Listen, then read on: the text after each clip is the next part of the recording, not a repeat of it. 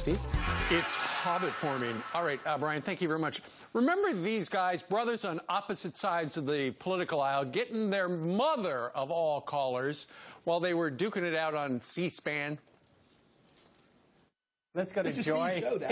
No, go to Joy in Raleigh, North Carolina. Good morning. Hey, somebody from down south. Well, you're right. I'm from down south. Oh, God, it's Mom. And I'm your mother. And I disagree that all families are like ours. I don't know many families that are fighting at Thanksgiving. Is this really your mother? No, you're my Mom. What a family. Well, now it's time for a good old family feud over the biggest political losers of 2014. Joining us right now are Brad Woodhouse, the president of Americans United for Change, and Dallas Woodhouse, the founder of Carolina Rising. They're both down in Raleigh, which is their mother's hometown. Good to have you guys. You ready for Christmas? Good morning. We're ready. Good, good. All right, before you go and celebrate Christmas, so we want you to do a family feud in here over, because you're on opposite sides of the political spectrum. Brad, you are the Democrat here. So who do you say the biggest political loser of 2014 is? I think the biggest political loser of 2014 is Chris Christie, without a doubt.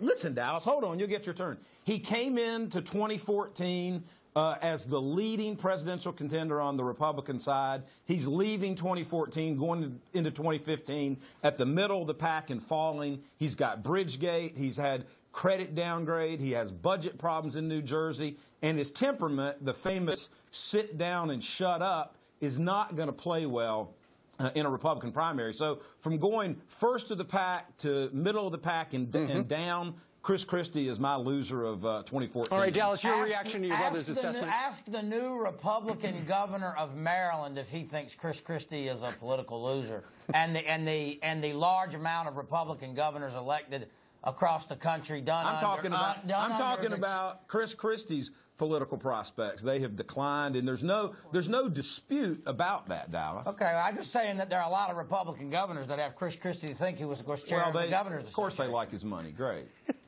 I can just imagine what it's like around your table coming up on Thursday, you two. All right, Dallas, you're the Republican. Who do you say is the biggest political loser of 2014?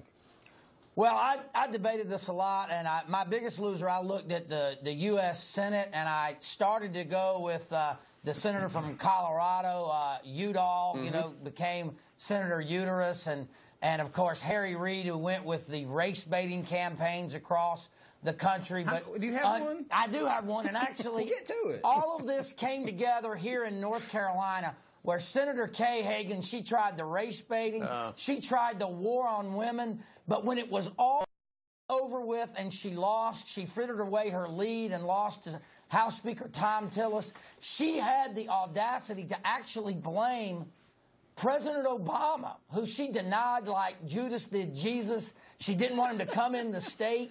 She didn't stand up with him on some of the policies.